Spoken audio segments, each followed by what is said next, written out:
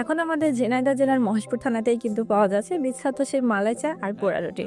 আর সবচেয়ে মজার ব্যাপার হচ্ছে এখানে কিন্তু আপনারা চায়ের সাথে সাথে চায়ের কাপটায় অনায়াসে খেয়ে নিতে পারবেন। তো আজকে আমি চলে গেছিলাম আমাদের ঝিনাইদহ জেলার মহেশপুর থানায় নতুন ভাইরাল হওয়া সেই ফুরফুরি নগরের চায়ের স্টলে। এই যে ফুরফুরি নগর, এই নামটা আমাদের সবারই কম বেশি পরিচিত, তাই না? ঠিক যেন মোটু পাতলু সেই ফুরফুরি নগরের চায়ওয়ালা এখানে চা বিক্রি করতেছে। তো এই চায়ের স্টলে কিন্তু কম বেশি ৩টা ৪টার পরেই লোকজনের বেশ জমজমাট ভাব থাকে। তো আমরা আজকে চলে গেছিলাম ঠিক ৩টার সময়। তখন দেখলাম লোকজন কম বেশি টুকটাক করে আসা যাওয়া শুরু করছে। তো এই ফুরফুরি নগরের চায়ের স্টলে কিন্তু আপনারা নানা ধরনের চা পাবেন। এখানে তান্দুরি চা আছে, মালাই চা আছে, তারপরে হচ্ছে খাদক চা আছে। আপনারা আপনাদের পছন্দ মতো যে কোনো চা এখান থেকে খেতে পারবেন। এই যে মাটির কাপে যেগুলো আছে এগুলো হচ্ছে মালাই চা বলে। এখানে পোড়া রুটি সহ যে মালাই চা আছে সেটার দাম হচ্ছে ৪০ টাকা।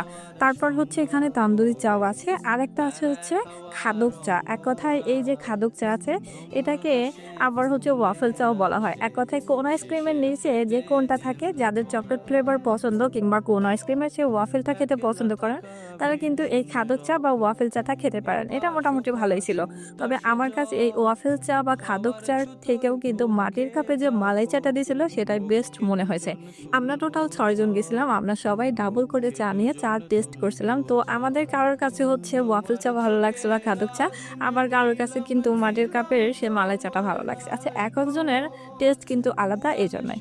তো আপনারা আপনাদের প্রিয় মানুষদের নিয়ে কিংবা ফ্রেন্ড সার্কেল নিয়ে কিন্তু এই ফুরফুরি নগরের চা স্টলে চা খেতে আসতে পারেন।